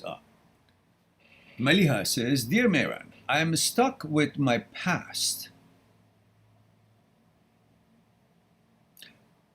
How could you be stuck with the past when in order to recognize the past, you got to be forward, you got to be front, you got to be beyond the past. If you're not where the past is, if you're ahead of the past, if you're the future of the past, that's how you can refer to what it was as past, because no longer you're there. If you're no longer there, that what is bothering you doesn't exist. Why? Because you're not, if you were there, you wouldn't call it past. The reason you call it past is because you are in the future. You are the future of what is bothering you. And if you're in the future that what's bothering you, which means what's bothering you is the past doesn't exist. Because if it did exist, it would be present. So right now, the future of the past that bothers you is your present. In the present, there is no past. So what's bothering you really is the echo of the memory of the events in the past which have no existence or power to affect you. But what it does is the emotion that event, when you think about it, the memory of that event has an emotional file. That emotional file comes out and affects you, and you try to react because the brain doesn't understand any difference between actuality or virtuality. The emotion that is created right this moment that you react to, or the emotion that was created 5 years ago and you remember it and now you react to because the brain can't tell the difference. But you can. You got to remind yourself that what I'm reacting to or being bothered by is something that doesn't exist. What I'm reacting to is the emotion that I felt and captured and recorded of that event then when it happened, and I'm reacting to that emotion every time I think about it. I got to bring my attention to the fact that that emotion is not real, doesn't exist, is dead. Why? Because when it happened, it's dead. It's the past. Past is not now. I'm the future, the past. I'm in the present. Past doesn't exist. So whatever happened in it doesn't exist. The emotions that was recorded at the time that those things happened in the past don't even have any poise anymore. Why? Because they're just echoes. They're not I'm not seeing that, creating that emotion based on the happening of an event. It's a recording of emotion that is based on what happened in the past. And if the past doesn't exist, nothing about it exists. The echo of it should be treated as a non-existence. You got to clear that in your mind and remind yourself every time. That could help. Now let's see the rest of the story. It says, I tried to forget, but I have a lot of hurt, anger built inside my heart. I'm stuck with one person and my painful past that keeps hurting me. Well, nothing can hurt you. It's only the echo of it that you're treating it as if it's real. Try to remind yourself, bring to your attention that the echo and the memory that is bothering you is not real. It's dead, non-existent. It's no different than seeing him, having passed a dark alley at night, coming home, and somebody was following you, and you ran to the police, and you were saved, and nothing happened to you. You came home. Now, every time you think about it, you only think about when somebody was following you in the dark alley. You should be thinking about the part that you went to the police and you were saved and nothing happened. And that event doesn't exist, is dead. That time is just a memory of it. That whole thing doesn't exist. That time doesn't exist. So everything that happened in that time doesn't exist either. Because the time and the space itself doesn't exist. So all those things that you're worried about, they have no existence anymore. It's the echo and the memory of it that you're reacting to, but the echo and the memory of it are dead. The events are dead. It's like saying, "Oh, I'm reading about the attack of Nader Shah to India, and I am shivering because this son of a bitch killed so many Indians." And India and Pakistan at the time, it was one. So, but neither that time exists, nor the shy exists, nor the attack exists, but you want to react to the memory that whatever that memory is created is based on doesn't even exist anymore, but you want to react to the memory of a non-existence of a happening at some time. You got to look at these things that way and stop reacting.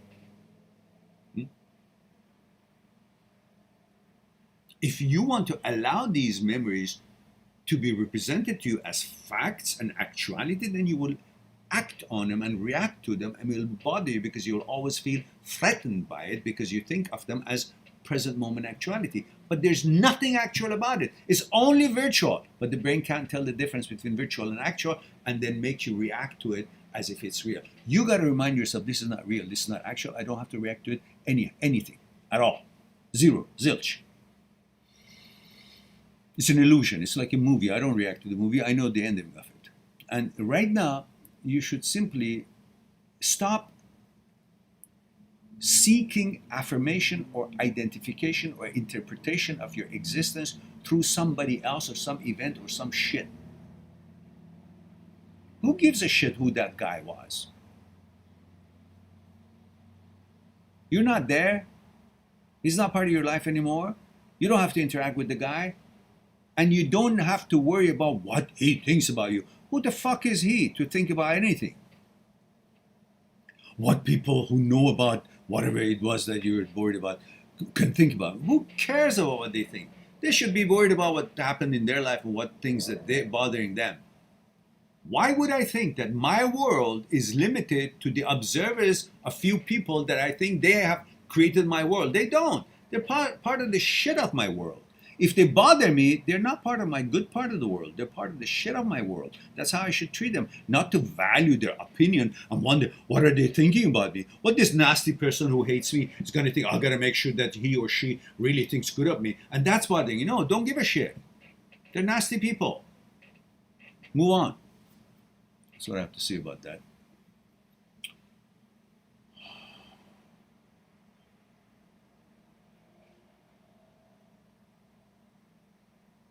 And don't try to forget anything. You say, yeah, that happened and it was shit and all kind of nonsense. I don't want to have anything to do with it, and I don't. So don't react to it. It's like you're ignoring it. That's better than, trying to forget. Just ignore. Why do you forget everything? You got to remember everything so you'll propel you to be aware next time. Don't have to forget. Just ignore. Don't entertain it. That's all.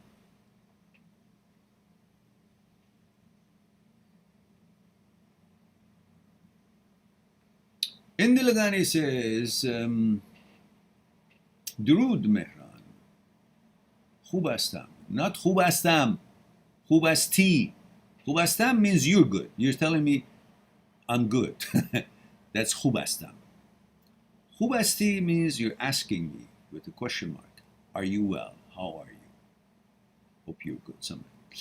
And Indilagani says, I have been meeting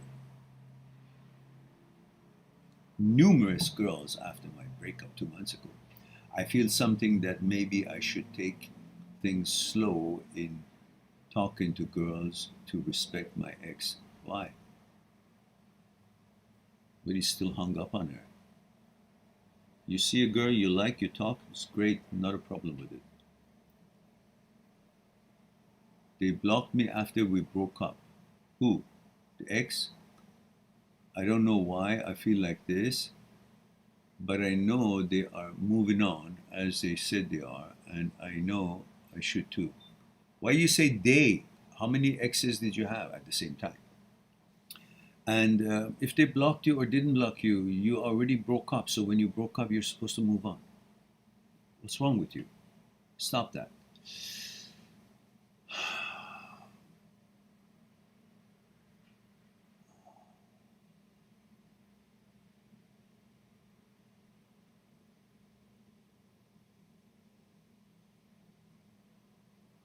Ross says, hi Meron, good to see you, 32 male, 32 UK, I'm working, oh, okay.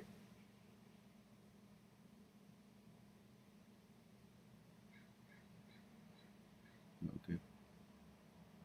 All right. Gavin is here, says, I'm new to your videos, but you are helping me overcome HOCD day by day. The only thing that is still bothering me is that I keep seeing a guy in my head that I'm not attracted to. Well, yeah, that's what HOCD sees. Why are you surprised? That's what HOCD is. You see things that it's not in line with your values. The suggestions and images, it's not in line with your values. God, please understand. Brain is not a deity. It's not an intellect. Brain is not you. It's not a representation of you. Brain is an asshole. Is an idiot. Makes up things, images, cross things, goes nuts, statics.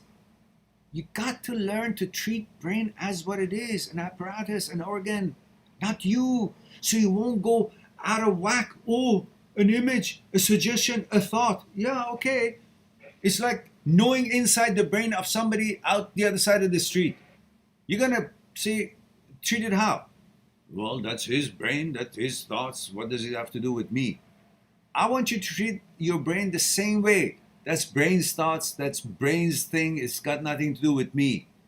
But it uses the screen of your head and projects all these things and suggests all these things, and you think you're supposed to do something about it. No. No. The only thing you do when you have a tummy ache or bloated or you got gas or you feel you gotta go, you go and poo it out in the bathroom. That's the residues. No? That's things that you don't need. And you recognize, so when the brain starts making things that is not in line with your values, you treat it the same. These are things I don't need. These are things not in line with my values. These are things I should ignore, because that would be just like I'm shitting it out in the bathroom. I let them fall by the wayside by ignoring it. That's how you deal with it. Not take it, oh my goodness, now I gotta do something about it. That's representation. I gotta prove it is wrong. Or if I don't, that means me. No, none of that. All right.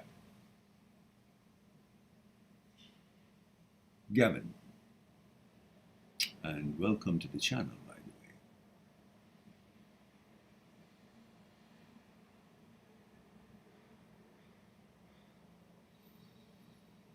the way. All right.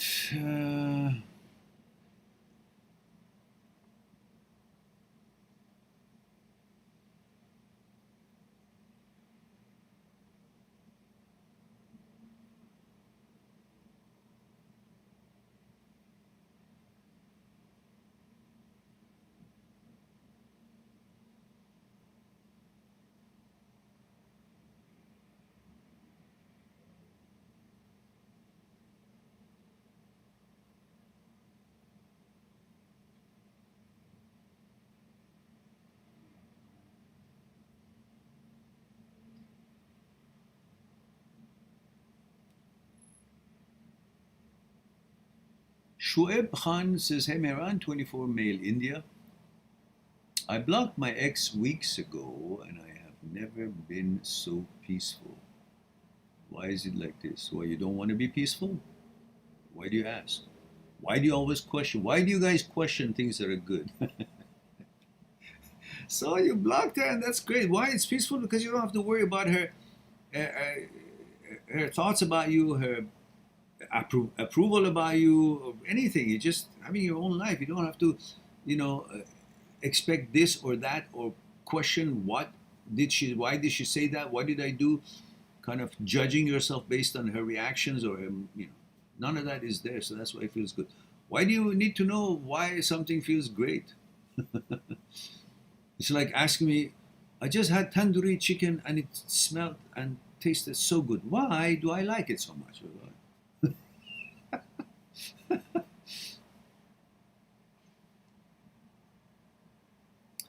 And Sharmila says, thank you so much, sir, for this session. See you soon on the next one. I got to go, but take care. Okay, you're quite welcome.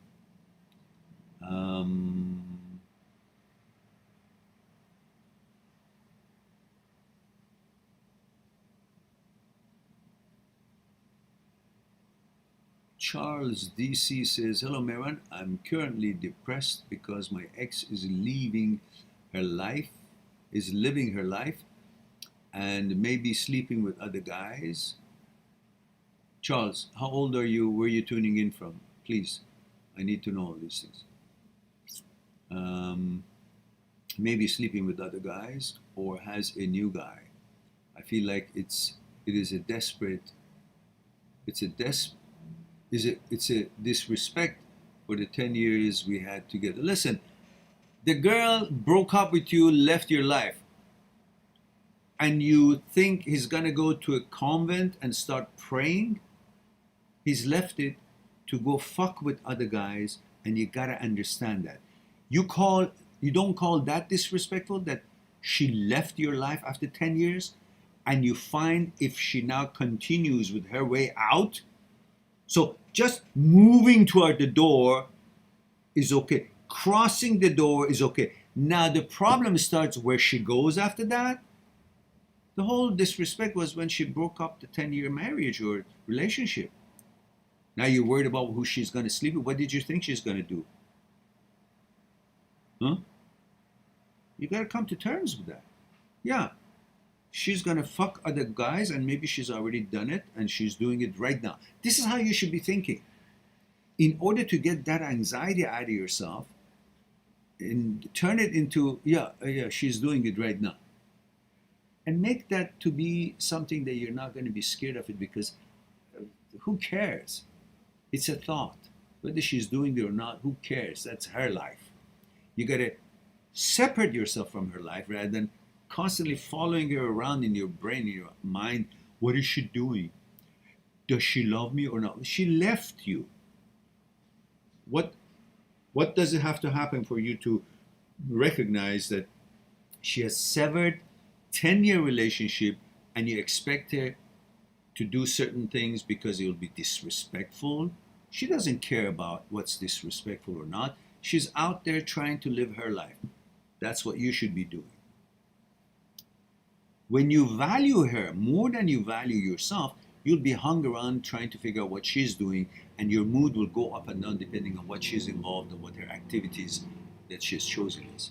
You should be focused on what you're going to be choosing for you tomorrow and how you're going to live your life and what things you need to do to bring happiness and solace and calmness and relaxation and balance to your life, rather than worrying about what she's doing. What do you care? She's not your responsibility, and you should be happy that you shouldn't worry about someone else who has had not enough respect for the 10-year relationship that she decided to break it up. So from now on, you're on your own, free. You don't have to worry about her, and she can do whatever the hell she wants to do, and you got to go look after yourself and find your happiness on your own, independent of her. Charles says, I'm 34, she's 33. I expected her to become my wife, and we wanted to have kids. Okay, well then obviously she fucked up. You know, she was not committed. She was not. You cannot rely on her, and you got to go count your stars that you found this out now. That when you have kids, and then she suddenly says, "Oh, I want to go and fuck with someone else." Well, you found out now. So that's a saving when you stop the, waste of money. So if you stop waste of your energy and time and investment to build something with some material and some foundation that is really not stable, then that's a win. So you got to go count your stars. Say, thank you, God. Thank you, whatever it is that you believe in. Thank you, universe, for getting me out of this shit and not letting it actually go to the marriage, and then she wanted to leave. So you're lucky that you got scot-free. And now, select better next time.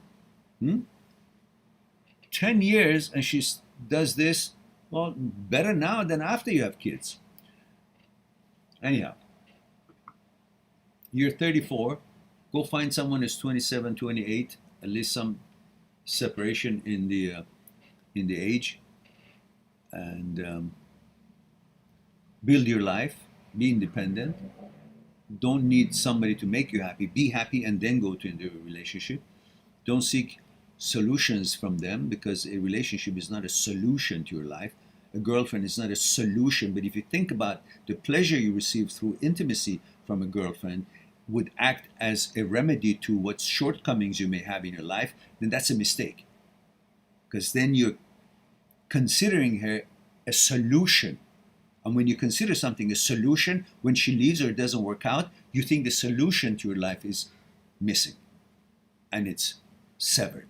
And then you will be in pain because you have misinterpreted what that was. That wasn't a solution, it was a girlfriend. That's it, a relationship. The solution to your life and shortcomings and what you want to accomplish in life is in you, not in the girlfriend. It goes same with the other way around. All right. Gunther. Gunther says, Male 20, Germany. Guten Tag. Wie geht's heute? Oh, guten Abend, yeah. Says, I suffer from HOCD along with groinal. You suffer from groinal.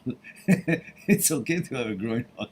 You mean groinal response. Well, you know, for that, let me stop you here. I have a video that you will need to watch if you haven't watched.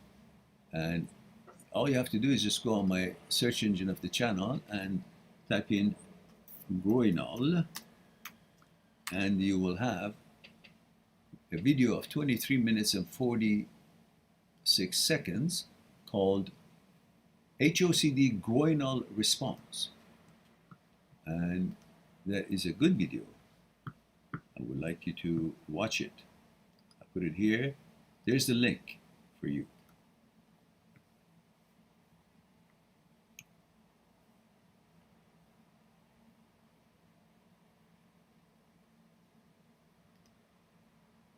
Charles says, I conclude that she has bullshit in her head.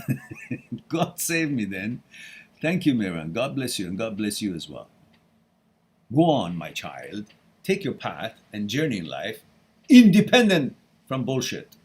Go on. Don't pursue bullshit. If you know it, then it's all your fault if you continue pursuing it or thinking about it. And Gunther, getting back to Gunther, Gunther says, I've already watched the video and it helped. Thank you. You're quite welcome. And Gunther says, I suffer from HOCD with groinal response problem, but that's not a problem. That's natural. And I've explained it in that video. It got much better, but how do I manage the shame and guilt over having masturbated to these intrusive images? Well, listen, it's very simple. Those images showed up by themselves. Okay? It wasn't you bringing them on. It was a malfunction and showed up. So, and at that point, the brain, you know, you're seeking the pleasure that you started, and those images show up. So, do your thing, and try to keep bringing your focus on what it is that you want to focus, and go through what it is. But that doesn't mean just because those images were there, you were doing it for that.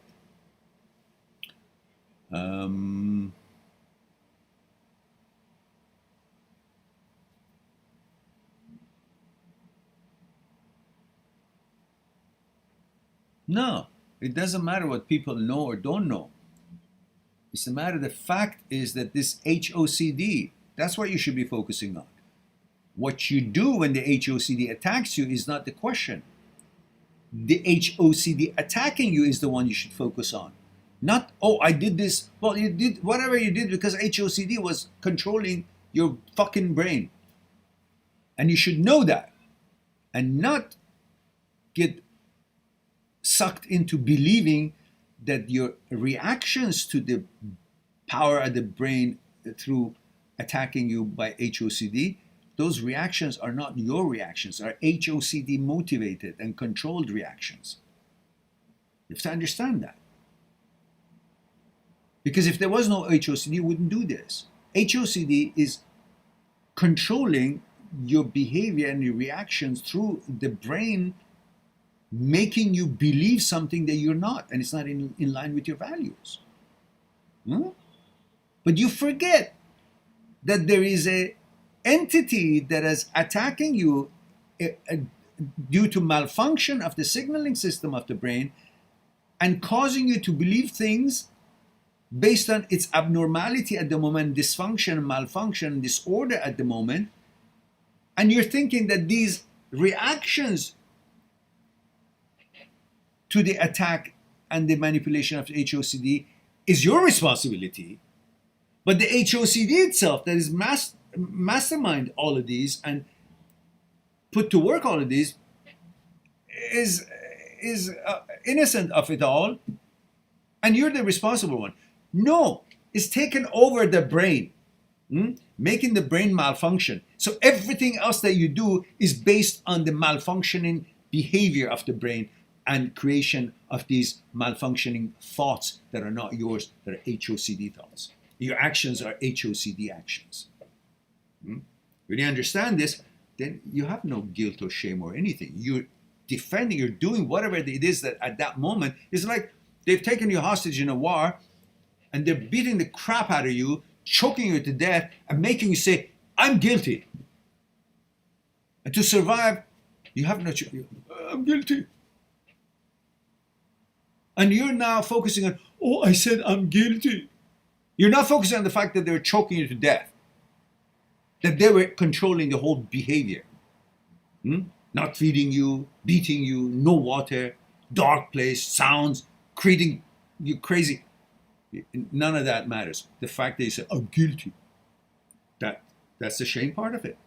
No, the whole thing is their responsibility. So the whole thing is HOCD responsibility, not yours. Relax, go on, live your life.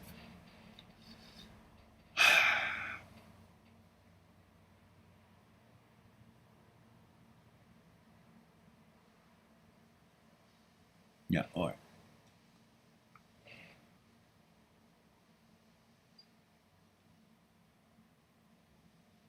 Charles, she said, just to add, she even colored her hair pink. Oh, who cares?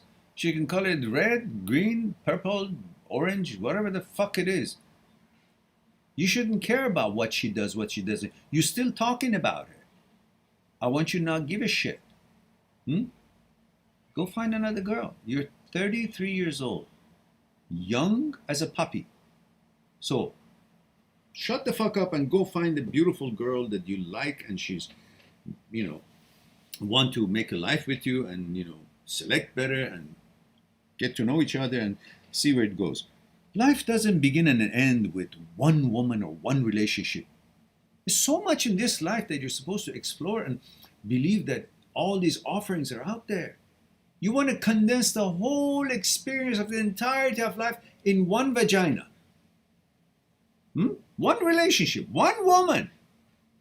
As if there is no other woman worthy. So many amazing, educated, responsible, reliable, gorgeous, qualified young women, older woman, mid-aged woman, whatever it is that it's within your age category.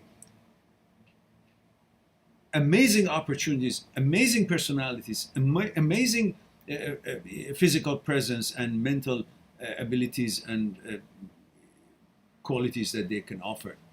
And you think none of them are worthy, only this one.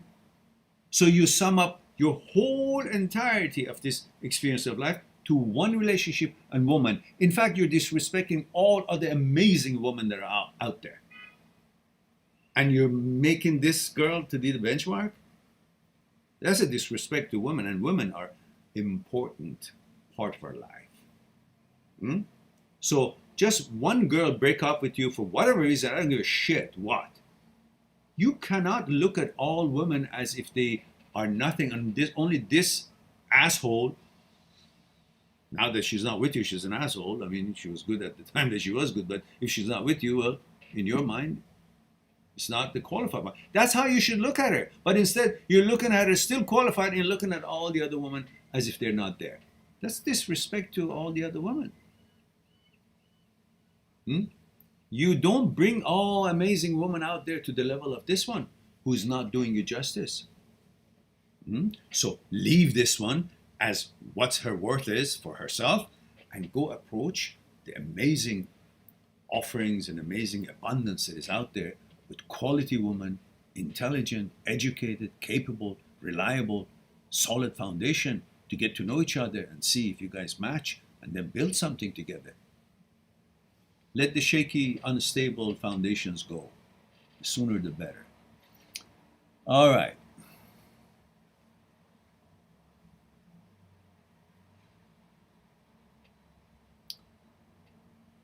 Jitender Kumar says, hi Mehran, India 26, I am feel better now after 4 months of breakup, but sometimes I am triggered when I think of past memories and image what she would do with someone else. Well, so what? You're triggered. That's all of us do that. But you got to get over it. Say, I don't give a shit what she does with somebody else. I don't care. Why? Because if this wheel doesn't turn for me, I don't care if it turns at all. Meaning, I don't care how beautiful one woman is. I don't care what she does, what she comes from, where she comes from, what she does, I don't care how amazing she is. If it's not for me, what's to me? I don't care. So what she does with somebody else, how she does it, how wonderful it was, all of that nonsense. Because if it's not for you, you shouldn't care what she does. That's it. Move on.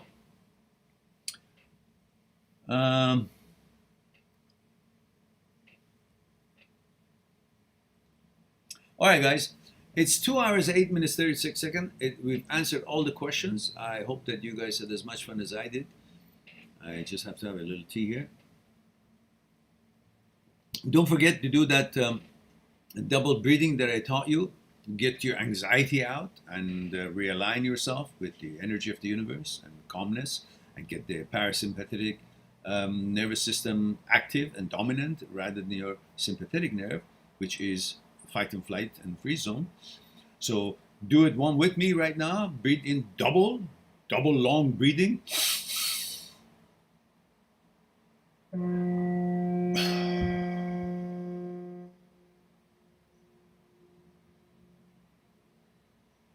One more time.